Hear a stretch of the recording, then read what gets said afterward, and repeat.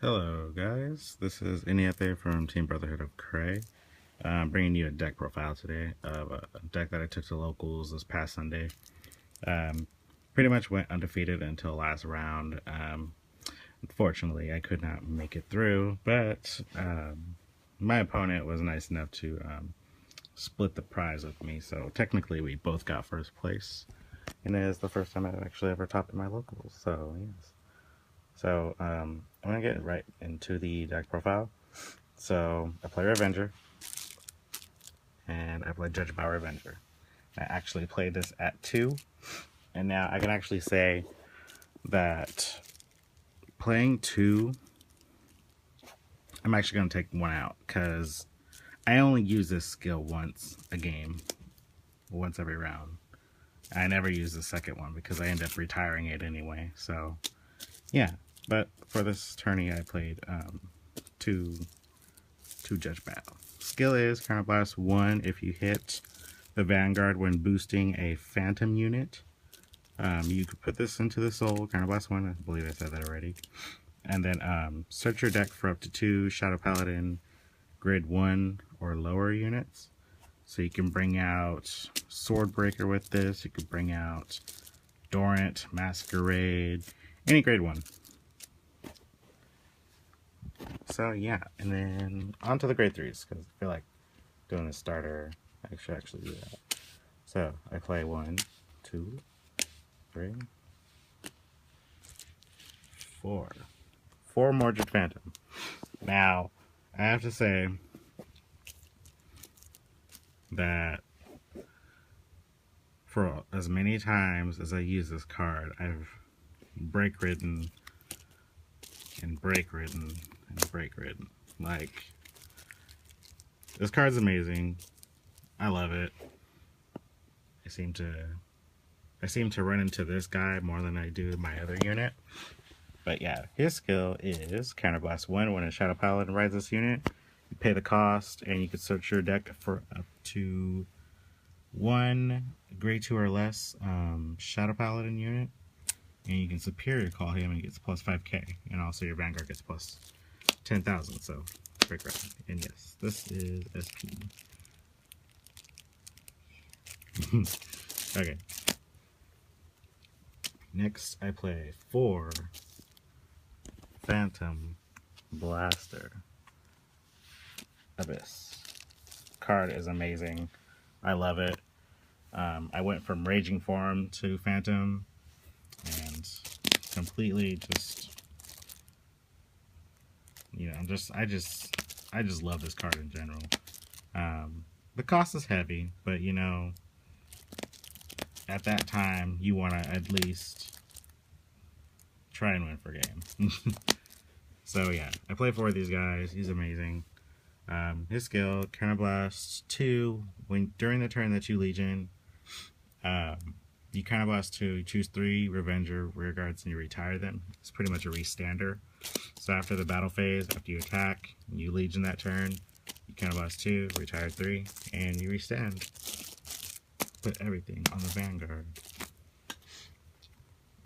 Next, I play 2 Blaster Darks Revengers. Yeah, I'm gonna switch up my grade lineup because I've been noticing I've been like drawing into a lot of Mordred Phantom. So I'm gonna take out 1 Mordred Phantom and add in 1 more Blaster Dark Revenger just to make it a little bit more consistent. And I run 1, 2, 3, 4 Blaster Dark Revenger Abyss. He is awesome. So awesome, especially when you're retiring your opponent's starter or their boosters. So yeah. So I think everyone knows what this guy does, so I won't explain. Blaster Dark Revenger, Counterblast 1, when it's placed on rearguard circle, you can choose 1 grade 1 or less unit and retire it. It's pretty cool. Next, I play 2 Wily Revenger mana. This card actually won me a game because, well, I would say Phantom Blaster Abyss won it, but for me to get the field advantage, I had 3 unflipped Counterblast, and so what I did is I called Mana, and her skill is you could choose one grade 1 or less Shadow Paladin unit from your deck, superior call it right behind her, and then at the end of the turn it goes on the bottom of the deck. So what I did is I called this, called Darkbond Trumpeter behind it, and then I used his skill, Counterblast 1, and then superior called a grade 0. I superior called a critical trigger at the time, and then I pretty much just kind of, you know, I've had the conditions met, so then I was able to go for the Counterblast 2, retire 3 again. So it's pretty good. I like it. I like it at 2. I don't like it at 3, only because it is an AK. So I mean, but its effect is really good when you're stuck in situations like that. Next, I play 3 12k attackers, Nullity Avenger Masquerade. Good for pressure. Before I had ran Macart instead of him, and I've been finding that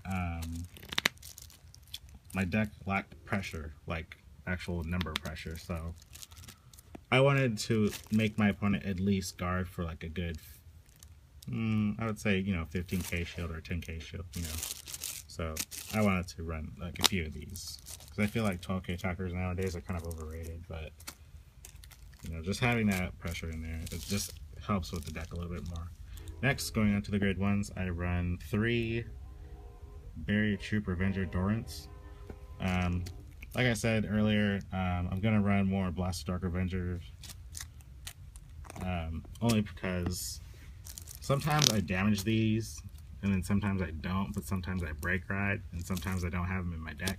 So I think it'd be a little bit more consistent just to run 3 and 3, just to have that option. And it is unflip. Unflip 1 when Blast Dark Avenger gets called in the same rear guard circle as or in the same spot. Well, in the same row, sorry. I played 1 Quintet Wall. I figured I'd try to run the 1 Quintet Wall as counterblast heavy as my deck is. I'd figure Blast Dark Avenger and Dorrant would help me unflip the damage so I can perform other things like Abyss, my Mordred Phantom Break Rate skills, retiring, so on and so forth. And then I run 3 PGs. Pretty much self-explanatory right there. Next, I run 3 Transient Revenger Masquerade, 10k attacker, good for that grade 1 rush. Next, I play 2 Darkbond Trumpeters, like I said before. This card is awesome when you need the field advantage, or when you need some requirements met for retiring. It is really good. I mean, you sacrifice a trigger just to get, you know, your other effects off. I mean, it's not that bad. It's worth it, actually. Running this card at 3, I don't think is really good. I don't ever damage this card. Well, not on any of the games that I've seen, but yeah, at 2 it's pretty decent. And then for my last grade 1, I run 1 Eloquence Revenger Glon. I'm gonna switch that up actually, because I'm gonna take out 1 Judge Bow to put in a second Glon. Most of the time I'll have Mordred Phantoms on rearguard circles, and I want to actually get, you know, my drop zone filled up quickly, so this is how I do it. It's pretty much a special booster for Phantoms. So you Soul Blast 1 and it becomes a 10k booster for Phantoms. Alright, and then the last part of the video, I run...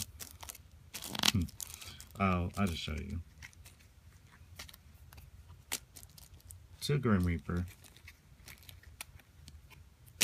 2 Death Feather Eagle, 1, 2, 3, 4 Grim Revenger, and then 4 Air Raid Dragon. Yes, I run 12 crit. I figured I get the field advantage from my other skills, and the double twin drive off the restand, or well, the extra twin drive off the restand would help me gain card advantage in my hand. So having draws, I feel like I feel like I didn't need the draws, only because like I need more pressure in this deck than ever before, because draws, you know, I usually like, drew into my critical triggers instead of like other units that I actually needed. And yeah, I just felt that this would be a way to go. So yeah, 12 crit every time. No. And then yeah, last but not least, I run 4 heals, because heals are great. They're so great. Alrighty, well, that was my deck profile on my 12 crit Revenger deck. Edits will be happening soon, so I'll be doing that and I'll be testing this stuff out. I made technically first place at my locals past Sunday, so this deck pretty much ruled. It made me really happy. So yeah, hope you like the deck profile. Subscribe to our channel. We'll be posting more and more stuff further on in the future. Yeah, pretty soon I'll be doing a deck profile of my Liberators deck. I would say part 1 of my Liberators deck. Yeah, so stick around. Alright, see you later. Bye.